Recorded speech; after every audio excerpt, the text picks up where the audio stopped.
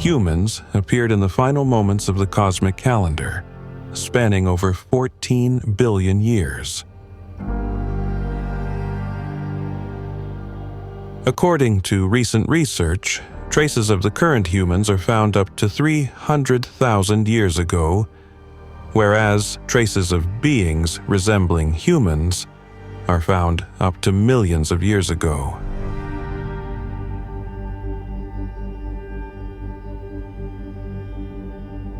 The theory of evolution and these discoveries of the ancient human fossils form the basis for the claim that the religious notions of human creation, especially in Abrahamic religions about Adam, have no validity, and they are nothing but a story narrated in religious scriptures. Much more than that, it is said that the theory of evolution has eliminated the concept of God. But is this really the case? While elucidating the stages of human creation in The Human Story, we will also examine this question today.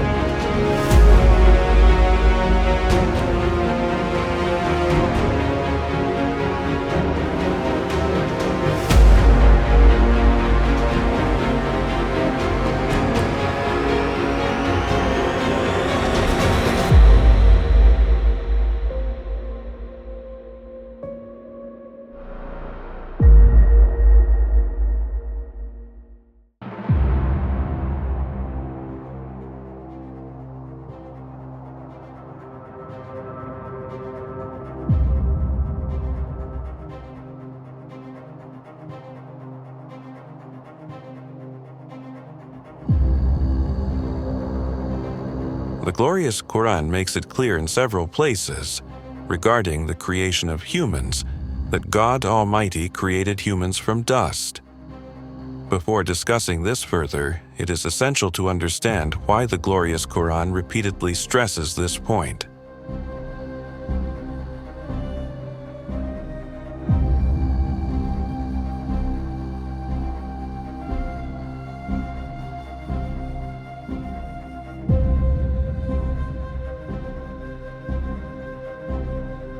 The reason was the disbelievers' objection to how God Almighty could bring those dead to life who had already died and mixed with dust.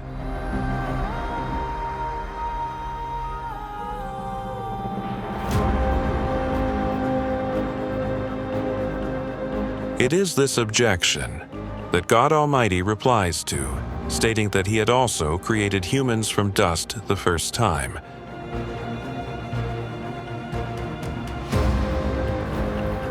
منها خلقناكم وفيها نعيدكم ومنها نخرجكم تارة أخرى.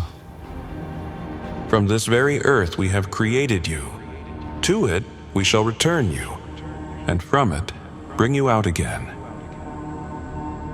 The glorious Quran, to remove people's astonishment about its claim, explains to them that you have not seen human beings created from dust, but you witness new humans being born every day. In the initial stages of development in the mother's womb, the human starts as a drop of water, turns into a clot of blood, and eventually takes the shape of a piece of flesh about which it is unimaginable at first glance that this thing can become a human.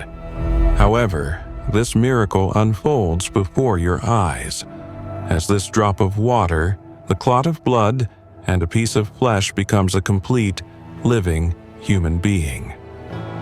The glorious Quran explains this point, stating that the same entity that creates millions of humans daily from the womb of the mother, why can it not make the humans buried in dust stand when he had created them from the same dust the first time too?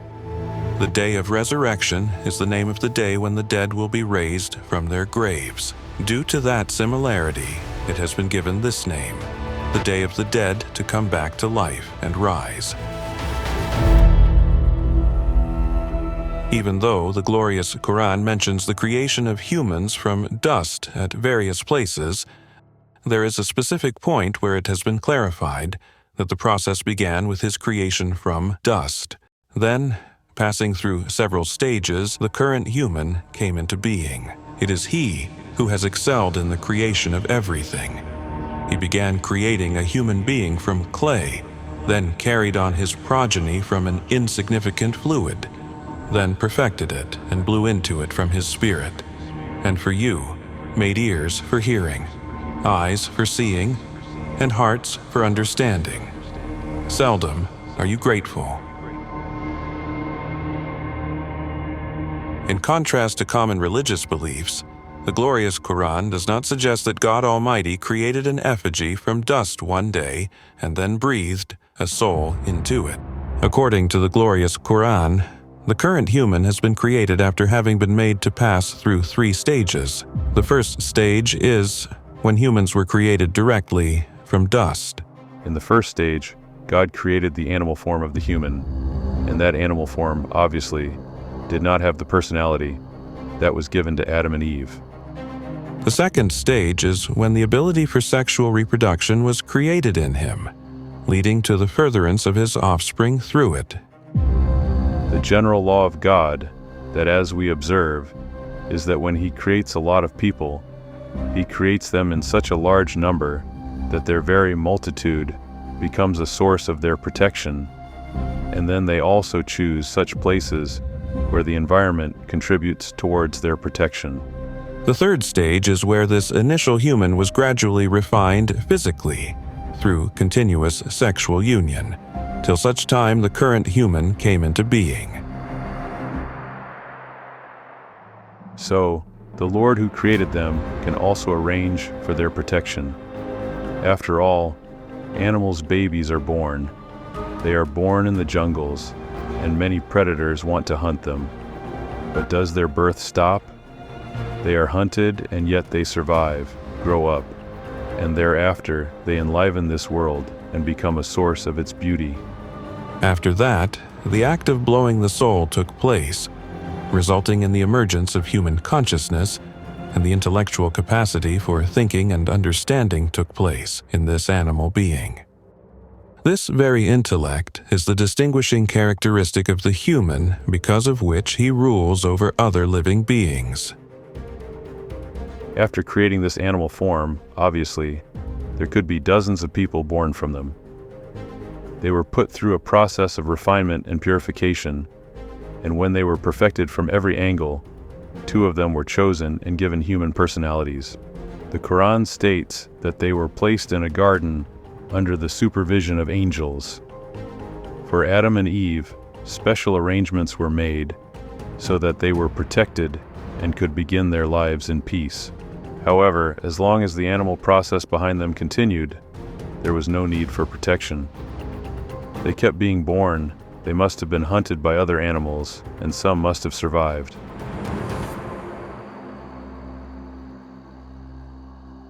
The statements of the glorious Quran have 2 most important and fundamental characteristics. The first is that it affirms the statements of previous heavenly scriptures about human creation from dust. Secondly, casting aside the human additions made in the earlier scriptures, it brings forth a different explanation of the modern scientific discoveries that is rational and acceptable from every aspect. In this history, the fundamental role was played by that aggressive attitude of the Christian Church, which obstructed human freedom and modern scientific research. Similarly, Europe's clergy introduced some religious narratives that eventually first became the cause of the denial of religion, and ultimately the denial of God for modern humans. For example, the centrality of the Earth in the universe, the notion that the Earth was created 6,000 years ago, or the Bible's narrative about the 6 days of the creation of beings ending in the evening and beginning in the morning. Time has proven that neither is the Earth center of the universe, nor this world was made in 6 days, having mornings and evenings, nor did life and other creatures come into being 6,000 years ago. However, when these and such like narratives were presented in the name of religion and God, they took modern humans to the denial of God. The reason is that even one incorrect statement attributed to God is sufficient to make God's entity doubtful. God cannot make a mistake, and the one who makes a mistake cannot be God. However, the perceptions that led to the development of a mindset to deny God were not God's statements but human additions and mistakes of human understanding or translation. Whereas the perfection of the Quran lies in it being a divine book, preserved from all kinds of changes that guards the previous heavenly scriptures.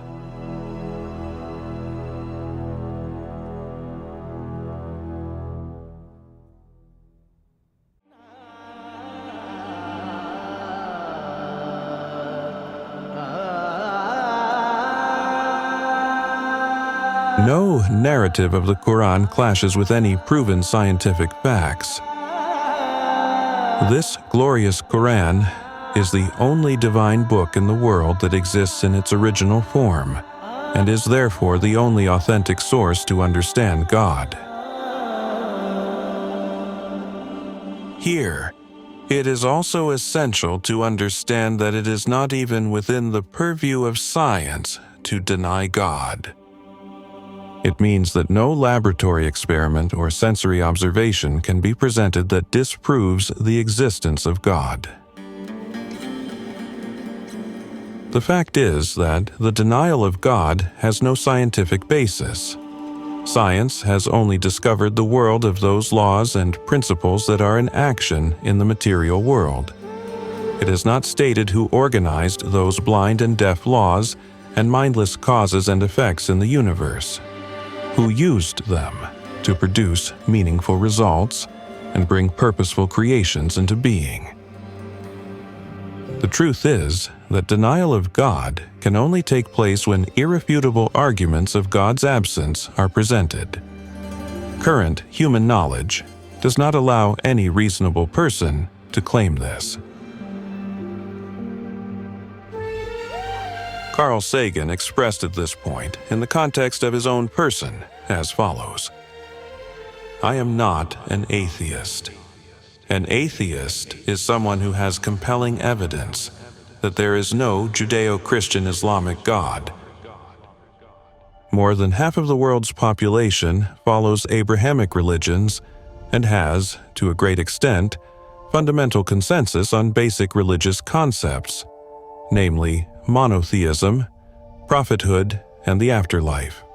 Carl Sagan made a special mention of God in the Abrahamic religions, as in them, God appears as an entity who has his own existence apart from the universe.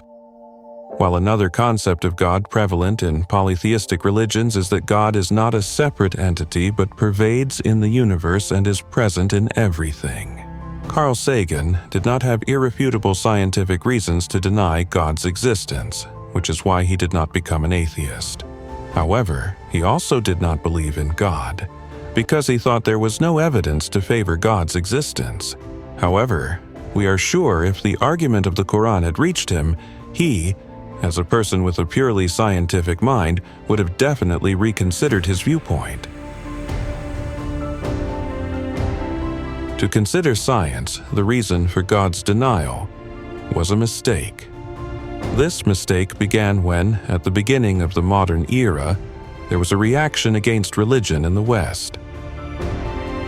To reject religion principally, two fundamental obstacles concerning the origin of life and the cosmos were in the way. The first was that for the countless varieties of life on Earth visible to us, God's existence was the only explanation for them. The same God is the sole explanation for the existence of this universe adorned with the well-organized laws we see spread around us. This background gave rise to the God of the Gaps concept. It meant that knowledge-based belief in God is only as long as science cannot explain any manifestation. As science progresses and finds explanations for the manifestations of the cosmos, the need for God will continue to diminish. Just like the theory of evolution apparently solved the problem of the evolution of life from the life-universe duo. Similarly, a lot of efforts are being made nowadays to present a scientific rationale for the emergence of the universe from non-existence to get rid of this second foundation for believing in God. In this entire line of thinking, there is a fundamental flaw. When science explains how a particular task is performed and under what laws, it is taken as believing in God is no longer necessary now. Although this scientific knowledge does not negate God, it actually reveals his methodology for our understanding. The scope of science is merely to explain how a phenomenon occurs in the universe. The concept of God can be only negated based on scientific foundations when it is stated that matter possesses the inherent power and knowledge to come into existence on its own, without external intervention, can formulate extraordinary laws for the functioning of the universe, can create life from matter and from life, give birth to an entity as extraordinary as the human.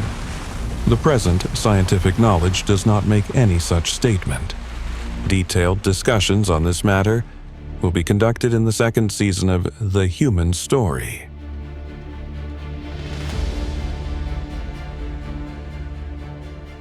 Our God is not the God of the gaps. He is the God of the gap. He orchestrates everything, but remains in the unseen realm himself. God is beyond material observations. He will have to be believed in based on rational evidence while he remains in the unseen realm. That is the first assertion of the Book of God, the glorious Quran. In the modern era, denial of God has become a belief, and the theory of evolution is considered to be the foundation of this belief. However, as we have clarified, even if evolution or any other theory provides an understandable scientific explanation of a natural phenomenon, it does not mean denial of God. It is not within the ambit of science or any scientific theory to deny God. The results presented in the context of the theory of evolution, even if accurate, do not have anything that proves the non-existence of God.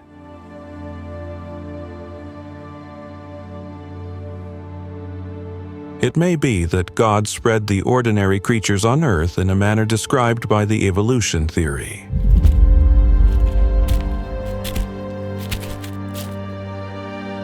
The glorious Quran neither confirms it nor denies it. It is not even the subject of the glorious Quran. Its subject is the guidance of humans. However, there is a place where the Quran's statements seemingly clash with modern science's findings. The Quran states that God started the creation of the human from dust. On the other hand, the proponents of the evolution theory believe that humans and chimpanzees are evolutionary forms of the same animal, meaning that both have a common origin. As such, according to the theory of evolution, humans are an evolved form of a primate that, after millions of years of the influence of environmental changes, transformed into the current human species.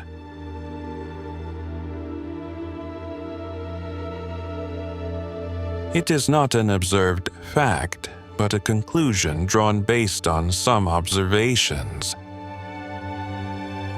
An example of such observations is the fossils and skeletons similar to humans, which date back to a time before the emergence of modern humans. They are thought to be the initial forms of chimpanzees, etc.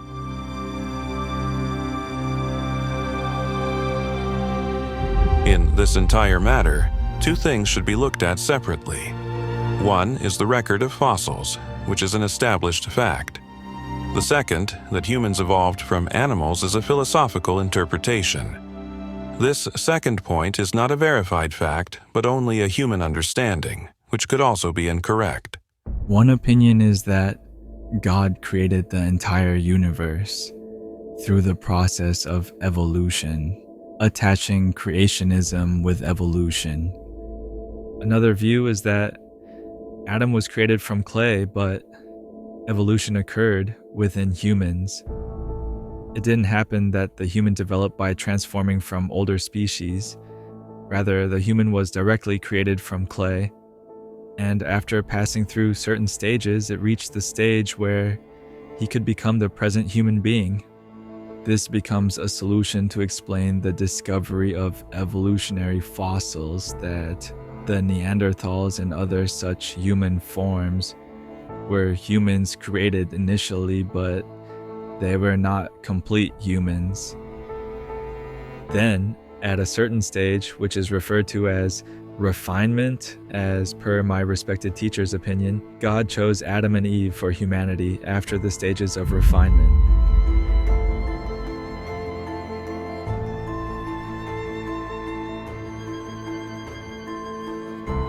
In the first stage, God created the animal form of the human, and that animal form, obviously, did not have the personality that was given to Adam and Eve. After creating this animal form, obviously, there could be dozens of people born from them. They were put through a process of refinement and purification, and when they were perfected from every angle, two of them were chosen and given human personalities. The Quran states that they were placed in a garden under the supervision of angels. The statement of the Quran is not at all contradictory to the first point. Rather, when the Quran states that the initial human passed through various stages to reach the present human form, it is, in a way, affirming the record of fossils. As for the second matter, stating that humans evolved, changing from a certain animal species into an advanced animal, is against the Quran's position. However, it is not an established fact, but merely an assumption presented by atheists as a proven reality. Therefore, what is against the Quran is not a scientific fact, but a human inference based on some observations. The truth is what the creator of the universe has described, and it also places another reasonable explanation of the fossil records before us. The Quranic account suggests that humans were created as humans from day one, although their initial form was significantly different from the present human. Subsequently, this form gradually improved and formed the shape of the present human. In light of this statement of the glorious Quran, these fossils are of those initial humans who were being created directly from the dust or emerged through the intermingling of different lineages.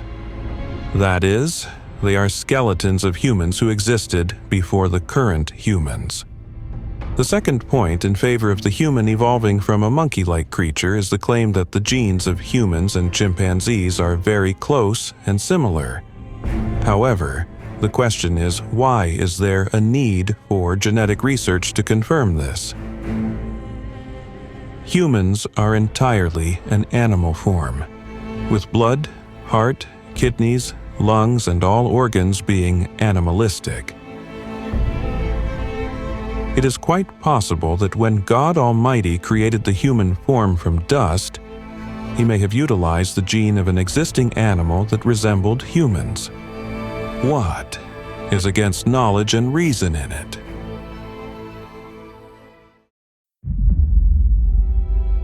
If a creature arrives from another planet and sees two vehicles, it is possible it might think the new car has emerged from the old one. However, it would be its understanding, which is undoubtedly wrong. The reality is that we all know the new car did not come out of the old car. Rather, various concepts used in the old model car were incorporated during the creation of the new model car. The God who has created this vast universe and all living beings can do anything. He can create new genes specifically to create humans, or use genes of existing animals. If he has done so, how does this prove his non-existence? The glorious Quran was not created by any human sitting at home. It was revealed by the entity who said that he created the heavens and the earth. He created mountains and rivers, rained blessed water from the sky, and with this water grew gardens and crops. He created the vast, expansive sea and the shining sun above it. That same God made the day and night, the moon and the stars, the entire universe, and the amazing laws governing it. Above all, he created life from matter, and from life, he also created consciousness. If he decides to create the human from dust the first time, what rational obstacles could hinder his path?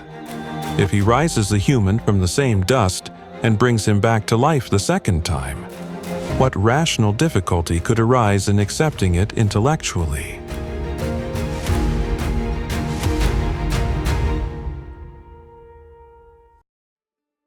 A question is also asked as to why a human should be considered a special creation of God.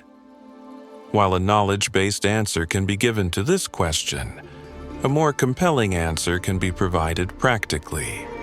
For this purpose, let's go to the Badshahi Mosque in Lahore.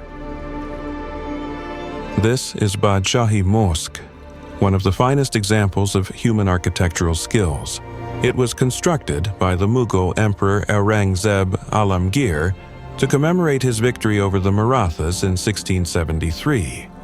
From its construction until the next 3 centuries, it retained the status of the world's largest mosque.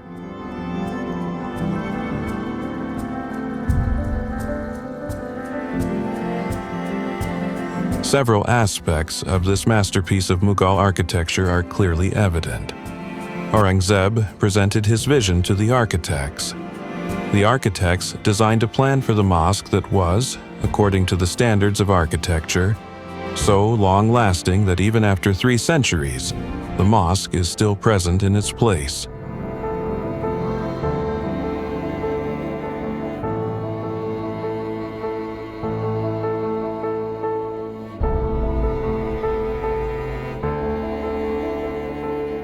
Its design incorporates spirituality, beauty, and grandeur. Following this plan, workers meticulously completed the construction by placing each brick with their hands according to the design. Obviously, they were paid for their efforts, and ultimately the process of worship started in it and continues to this day.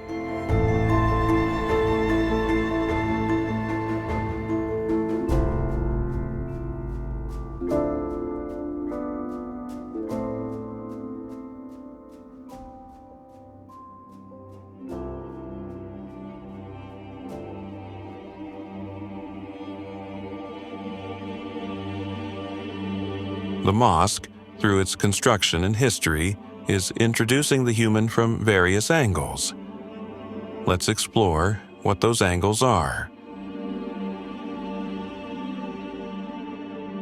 A human possesses a sense of his being and a spirit for survival. That is why Alamgir had it constructed as the commemoration of his victory. A human has a spiritual sense that makes him conscious of his deity and brings him tranquility in its worship. That is why this mosque was built, and people come here to worship. A human has extraordinary intellectual abilities based on which he thinks, plans, analyzes, and establishes a world of thoughts and imagination.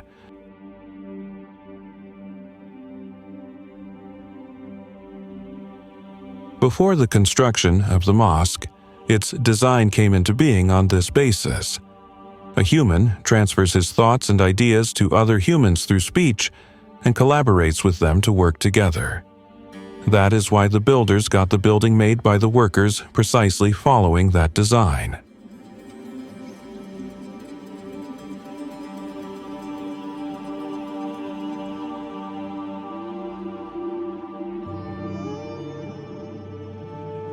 In humans, the concepts of good and evil and the pursuit of justice and fairness are found. Due to that, the king paid the laborers their wages, and to this day the individuals employed here are given a salary for what they do.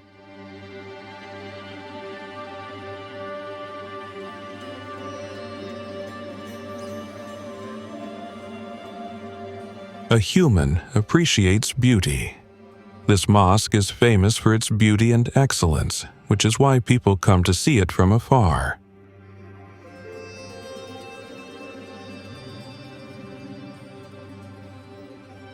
Along with all that, if humans did not have a particular physical structure, neither could this mosque be built, nor could Alamgir and his troops have used the weapons with their hands and become victorious.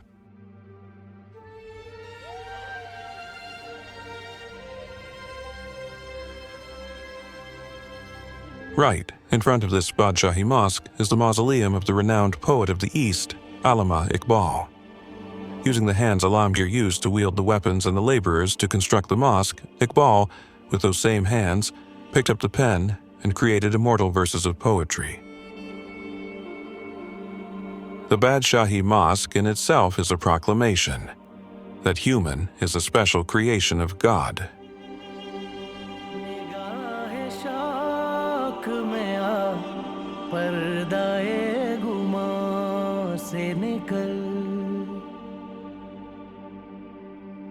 निगाहे शौक में आ पर्दाए गुमा से निकल.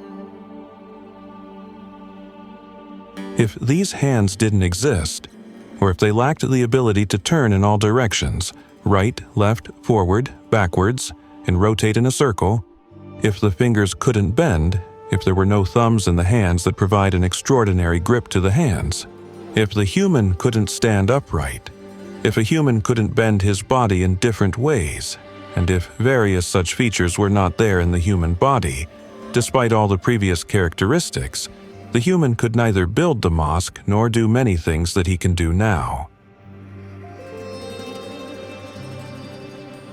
An excellent example is the prayer, in which the human body utilizes every joint, choosing various postures of servitude. Therefore, when the Quran states that Allah has created human with his hands, meaning thereby with special care, there is no rational obstacle in accepting this statement.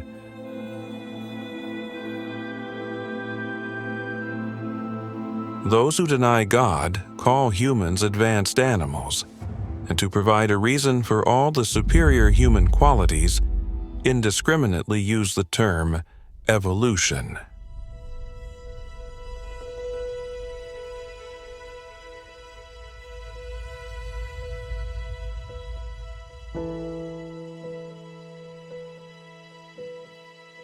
This is not science, but a false philosophy that is entirely inadequate to provide a rational answer to this questions that if the human are merely advanced animals, why haven't those animals that are taken to be genetically close to humans succeeded in creating the world of civilization, culture, knowledge, and skills that humans have built in a very short period? This difference between humans and their so-called cousins exists even though they were physically present on this earth much before humans.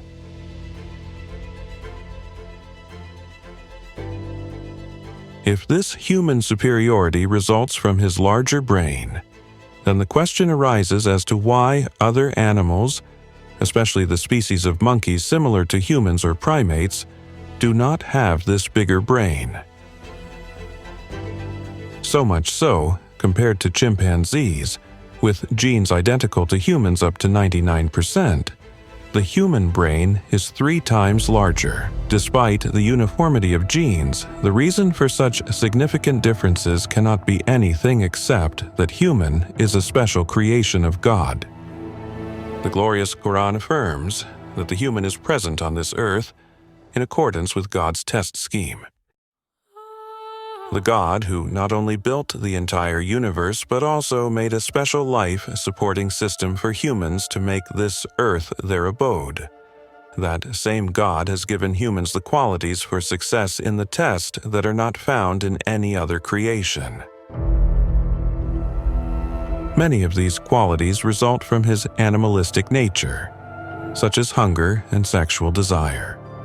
Numerous attributes are due to the particular human form. The perfect of forms improved to perfection, such as standing upright, construction of hands and their freedom, absence of animal-like fur on the body, etc.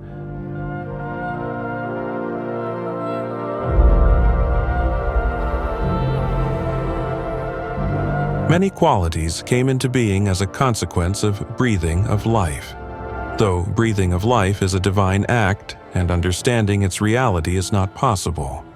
However, the Quran mentions the attributes that result from it.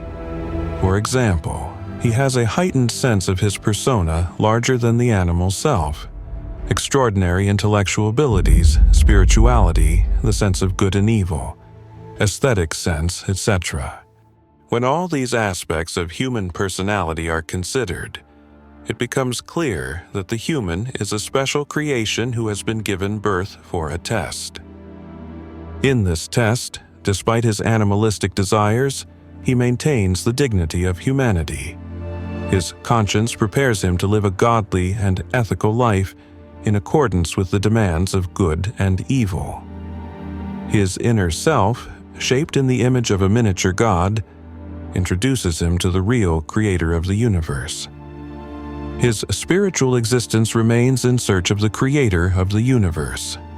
His mind and intellect analyze the self and heavenly signs and help him reach the truth. The ability to transform sensory knowledge into rational beliefs serves to show him the way to the hidden God. His appreciation for beauty establishes the eternal kingdom of paradise as his ideal.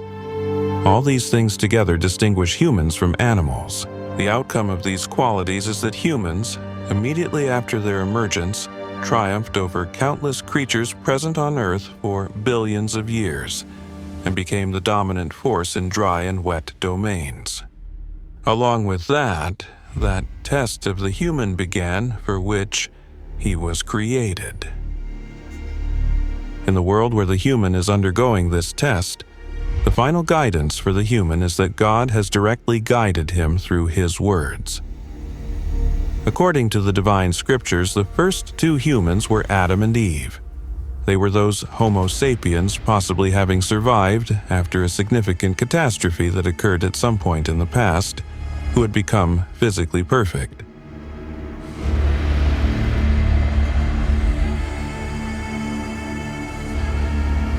Life was breathed into them, and they became worthy of the honor of being addressed by God to guide them in the face of the greatest enemy of humanity.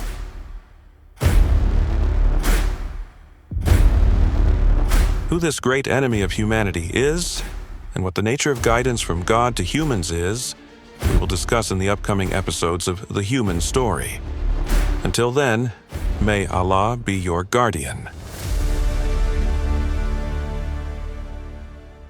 सुना है अभी वहीं मेरे इंतजार में है सुना है अभी वहीं मेरे इंतजार में है जहाँ से तूने कहा था मुझे यहाँ से निकल जहाँ से तूने कहा था मुझे यहाँ से निकल जहाँ से तूने कहा था मुझे यहाँ से निकल मैं अपनी ज़ात से